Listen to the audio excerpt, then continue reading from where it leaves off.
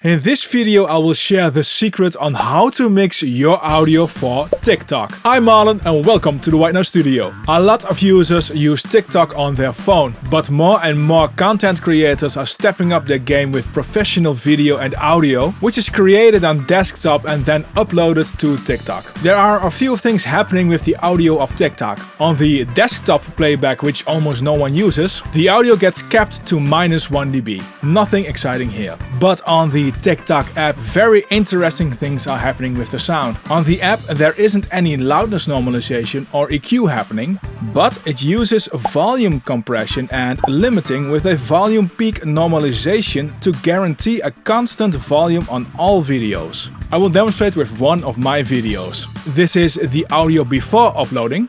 WA Productions Vocal Limiter is the final step to get a perfect sounding voice, and this is how the audio sounds after uploading to TikTok.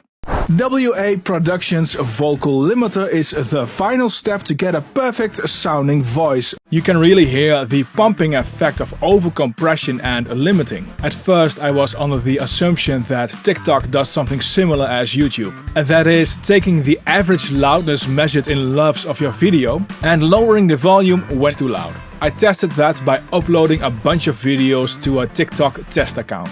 I did before and after comparisons and noticed it was not a normalization method like on YouTube, which is used on TikTok.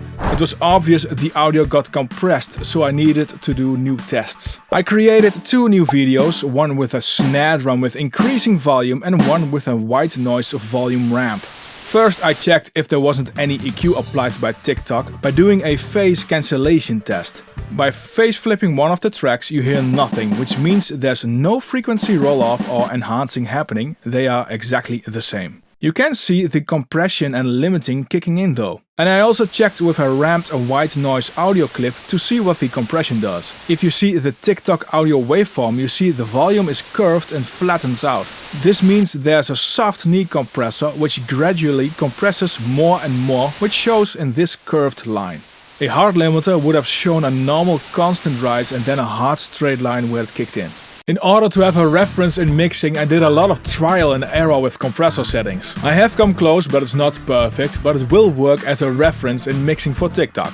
If you find better settings, just let us know in the comments. The idea is that you insert the plugins after you have done all of your normal mixing. The first plugin I used is a compressor, the FabFilter Pro C2 in my case. First thing to do is to set the threshold to -12 decibels. The knee is set to have a linear behavior but more of a gradual descent into limiting at the higher volume, so it hits harder there. The ratio is set to 50:1, it is really limiting. The attack is set to fastest attack and the release is set to auto release. This gives the most repeatable result in all tests. You can compensate the gain if you want. TikTok has a reduced output by about 2 to 3 decibels with my original audio, so I'll add a limiter set to -2 decibels to -3 decibels to reduce output. The audio codecs used by both video export and TikTok will shave off some of the transients. To emulate that, I run 2 instances of adapter streamlining.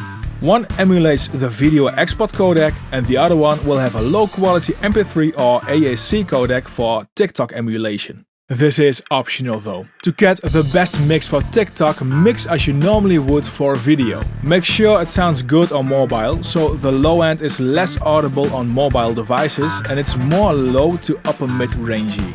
I would also add a limiter to your master bus before all these new reference plugins for TikTok.